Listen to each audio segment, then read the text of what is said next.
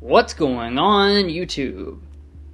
If you're looking to spend over $100,000 on a flagship SUV, chances are you've checked out the iconic Cadillac Escalade. This luxury SUV has been tearing up the sales charts since it first launched into pop culture, and now it's getting a mind-boggling new interior for 2025. But rival Infiniti has also made quite the splash when they launched the all-new QX80 last year, designed to go head-to-head with luxury big dogs like Escalade. So, should you add the refreshed King or the all-new Underdog to your garage? Well, that's what we're going to find out today.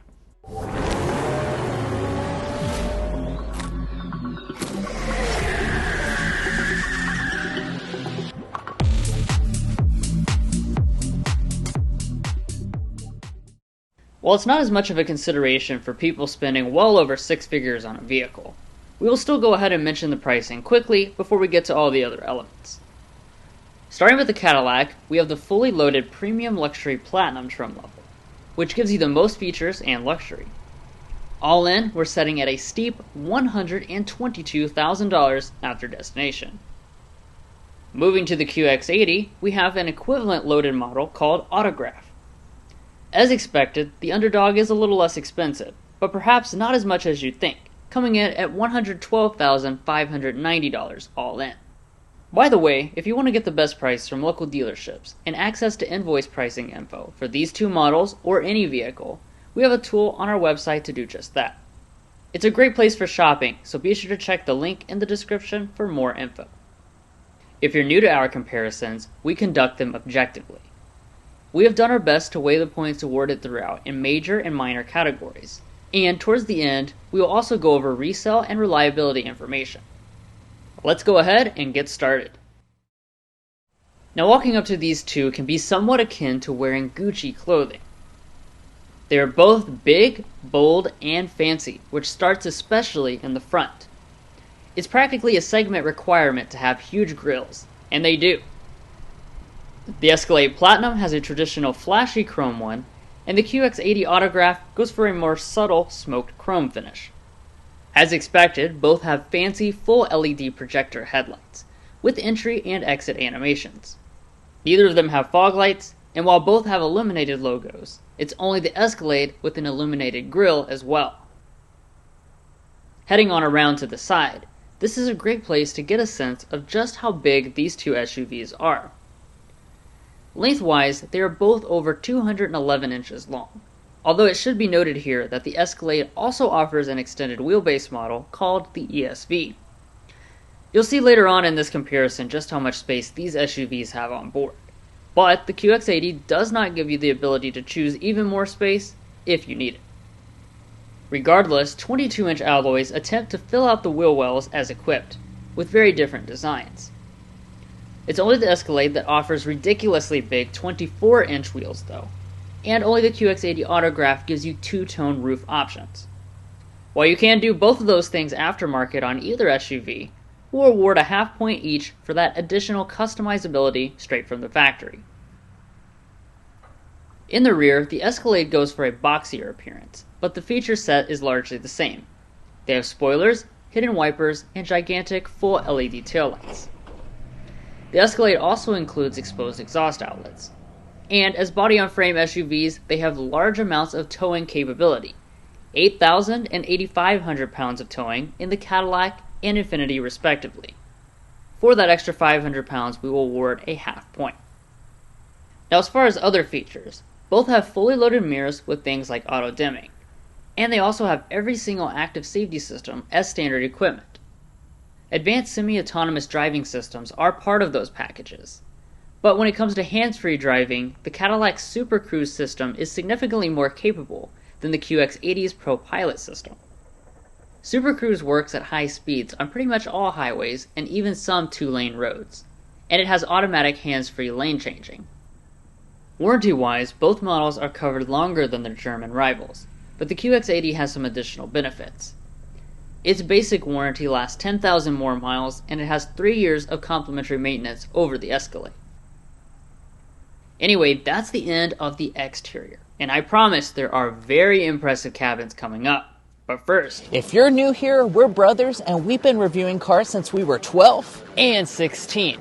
We started young, and since then we have reviewed over 2,000 vehicles at every price point. No matter what you're looking for, from humble to high-end, we'd love for you to subscribe to be a part of our Car Confections family. Let's learn a lot and have some fun with all the latest cars. So walking up to the vehicles, both are obviously going to have smart entry systems to unlock the doors and remote start. To make entry and exit easier, it is worth noting that only the Escalade has power running boards. Plus, it's now also including 4 fully power opening doors this year. That's incredibly fancy, and in addition, it has soft close doors, which are also unavailable on the QX80. Now glancing aside the interiors of these two, they really have that wow factor, which is so important in this segment. Obviously, there is a lot to get into with the tech and features, but first let's talk about the seats. They have elaborate quilted semi-aniline leather seating, which is one of the nicest grades of leather for those of you who don't know. Of course, the seats are also heated and ventilated, have memory functions, and are highly adjustable with 16 settings. The other nice thing both of them has is a power massage function for relaxation after a long day at work. Now getting inside and breaking down the bigger point of overall material quality, these two both impress. They have liberally applied leather, real wood, and aluminum surfaces over practically anything you can touch. Etched metal speaker grills are throughout the cabins, and the headliners are even finished in Alcantara. Overall, both will make you feel like the king of the road, as they should for the price.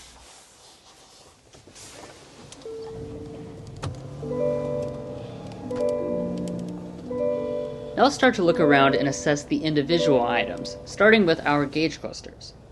As you can tell, both are part of a larger screen system, but the areas dedicated to the gauges are approximately the same size, and both have tons of customizability and functionality. One of the real crowd pleasers is that you can put a live camera feed from the front camera in both models, and they both also have head-up displays. However, only the Escalade has an available night vision system. The steering wheels have actually both gone to 2-spoke designs for 2025, and they are heated, power adjusting, and leather wrapped with rain sensing wipers as well. Next up is the major point category of interior storage, where, as you might expect, both excel. In addition to a lot of storage, each model has opted for the available cool box refrigerator to keep drinks cold. Those are effectively the same size, and they both have wireless phone charging pads. Escalade has more storage cubbies in the front, but is missing the pass-through storage area that the QX80 has. Overall, we'll give a half-point advantage to the QX80. Escalade moves to a new column-mounted shifter this year, and the Infiniti has a push-button shifter. When you shift into reverse, both SUVs have some fun tricks up their sleeves. There are tons of views to switch among, including that expandable front view I already mentioned in the Infiniti, and they can also self-park. But before we get into other tech, it's time to talk audio. It goes without saying that these high-end audio systems both sound awesome, with speakers all over. But, using incorrect English here, the Escalade sounds awesomer. It has elite tier sound quality, and its AKG is one of Mason and I's all-time favorite audio systems.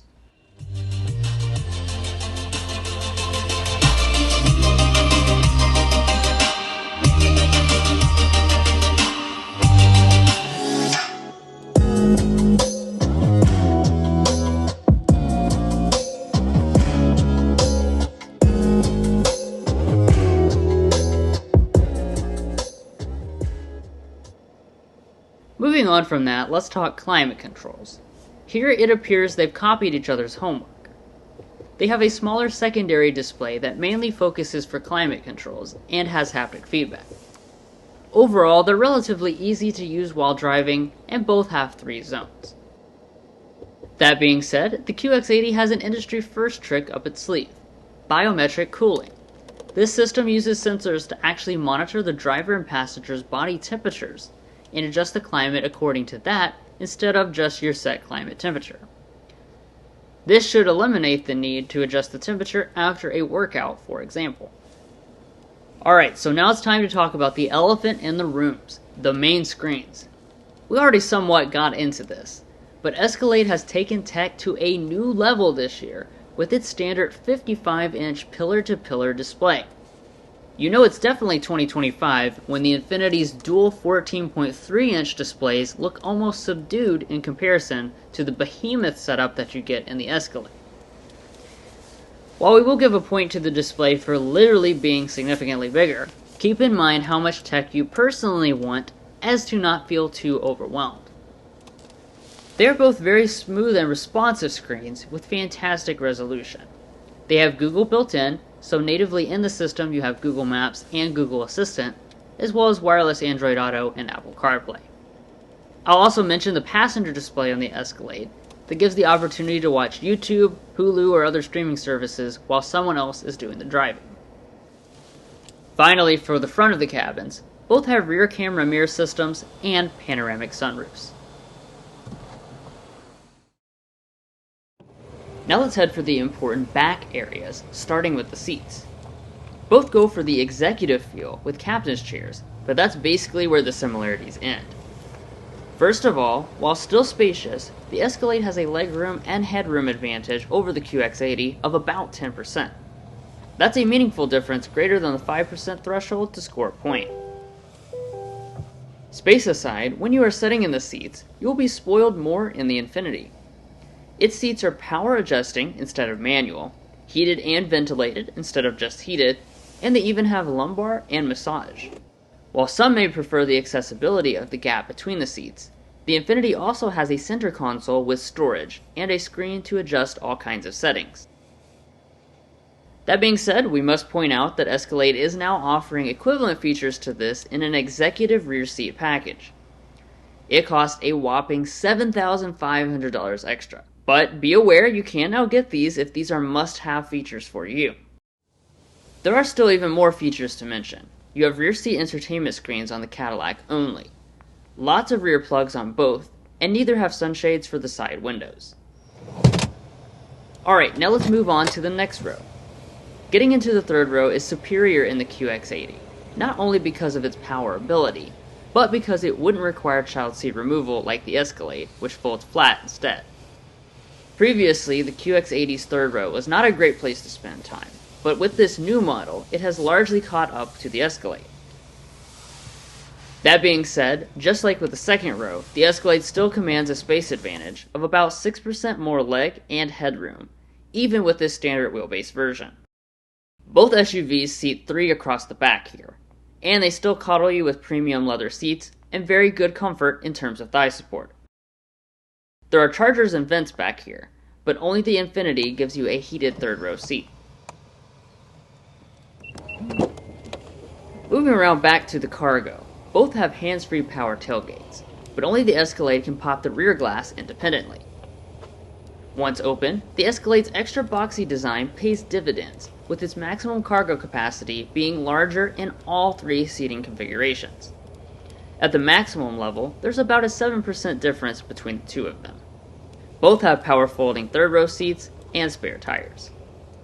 So now let's go ahead and take this fight to the streets and see how they stack up there. As we head out on the road, you'll find completely different experiences that begin with what's under the hoods. The Escalade continues with its classic luxury SUV formula, a large, naturally aspirated V8 engine under the hood, while the QX80 goes for a new approach with a 3.5-liter twin-turbocharged V6 engine.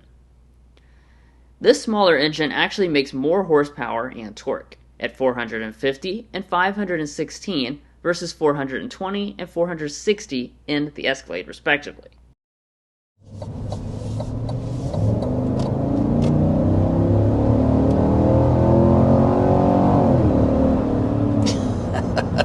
There we go.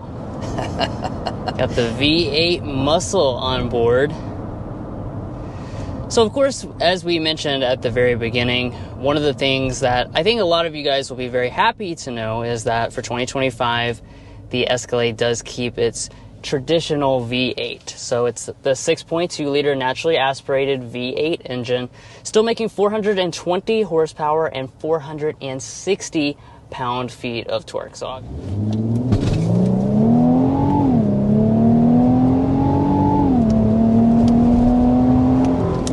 Alright, that's 60 miles per hour. Nice. Nice and quick here with the new QX80. So like we mentioned at the spec dump, that really is kind of one of the big stories about this new QX80 is that previous venerable 5.6 liter V8 is gone now. We have a 3.5 liter twin turbocharged 6-cylinder in its place. Now, like I also mentioned at the spec dump, power is up a lot, even if cylinders are down. So we have 450 horsepower now, over 500 pound-feet of torque as well. As far as the transmissions are concerned, the Infiniti has a 9-speed automatic and the Cadillac a 10-speed automatic. Both are smooth and responsive, and power is put to the ground via 4-wheel drive systems.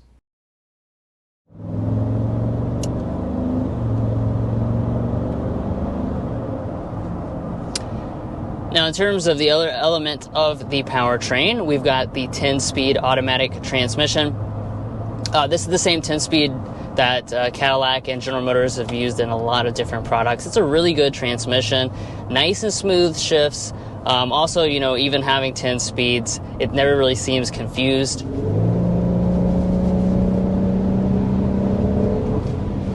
Now, as far as the other element of the powertrain, we've got a 9-speed automatic transmission on board. This is a nice and smooth transmission. It's been a good partner to this engine. It certainly seems to keep it in the power band, and shift very smoothly during all different kinds of circumstances we've come across this week. While these may occasionally need to tackle a light dirt road, these are luxury SUVs designed for the road first and foremost. To deliver the best possible ride qualities, these two are rocking adjustable air suspensions and adaptive dampers. This allows both of them to eat up road imperfections without disturbing the occupants, but we'd still give the slight edge in terms of ride quality to the Escalade. One thing that might surprise you is that neither of them handle badly despite their size, especially the new Infiniti. Its dynamic digital suspension system works hard to reduce body roll, and is quite effective when you take this beast out on a back road. Because of this, it feels more agile and maneuverable.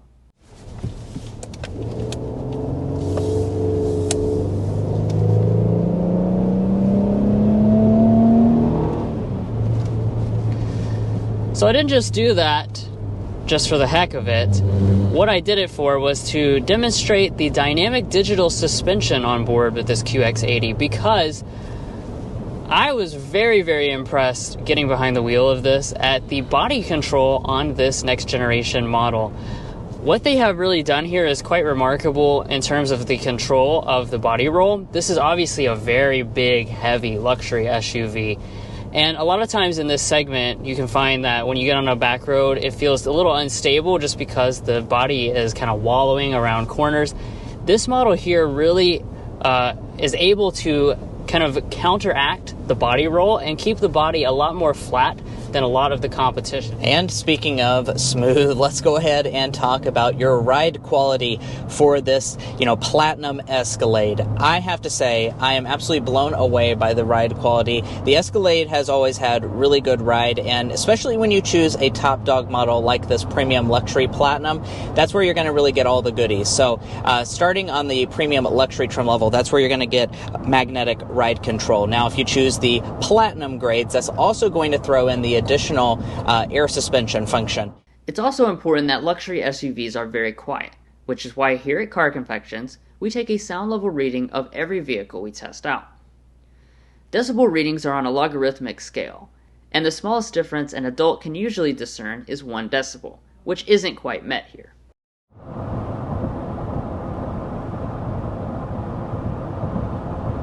.8 decibels is what we have settled in at.